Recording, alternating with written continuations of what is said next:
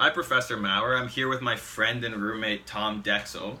Tom, thank you so much for joining me. Happy to do it. Tom is a child of divorce, and after I wrote my previous blog post asking Jordan and Jesse, my two friends, whether they would have preferred judicial interviews had their parents' divorce gone to trial, and it was a split decision, I kind of realized I wanted to ask a third person, have maybe sort of like an anecdotal tiebreaker just to see where the consensus lay with the children, because often, as we learn in class, the children's voices are sort of not heard as much as we would hope.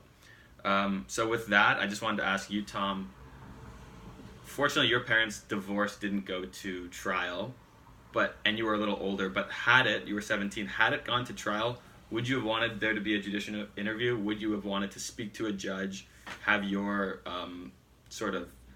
have your voice heard? Yeah, no, I mean, like you mentioned, like I was older when the divorce proceedings happened, and luckily you said it didn't go to trial. But I think having been older, it would have been nice to have my voice heard, especially at that age. I would have had a lot of insight onto how my parents felt through the whole situation, especially how I felt. I had an older sister as well. So I think it is important to get that voice out there, kind of in these proceedings, like when divorce happens, like it is contested always because it's a lot of emotions are running on both sides. So I think having a third party come in, like a judge, pick the brain of the child who's going through one of the worst parts of their life, I think it can only help. Even if it is tough on the child, I think there's definitely some value to there. And given that your parents' divorce didn't go to trial, it wasn't especially acrimonious, but even still, any divorce, there's going to be a back and forth. Do you see there are areas ripe for the parents to sort of unduly influence the kid either way, to maybe express some sort of falsehood to the judge or side with them? No, 100%. And like I said, like even me being older, there's always a sense of you're looking for who's to blame, who's in the wrong here. Divorce is rarely kind of a two-sided thing and a handshake agreement and walk away. So I think even as a younger child especially, I think you're probably very prone to asking the similar questions, like who's at fault here?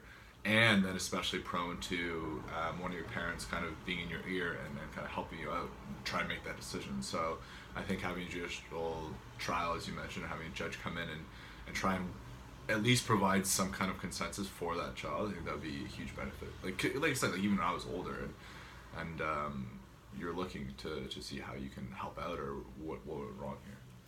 So what Tom says is pretty much in line with what our three panelists were saying the other day, which was that judicial interviews can be really beneficial. You have to be wary of undue influence on the child, and also maybe if the child isn't so open to being interviewed, because obviously you wouldn't get a necessarily candid interview in that sense. But that sort of breaks our tiebreaker. And Tom, thank you so much. Happy to do it.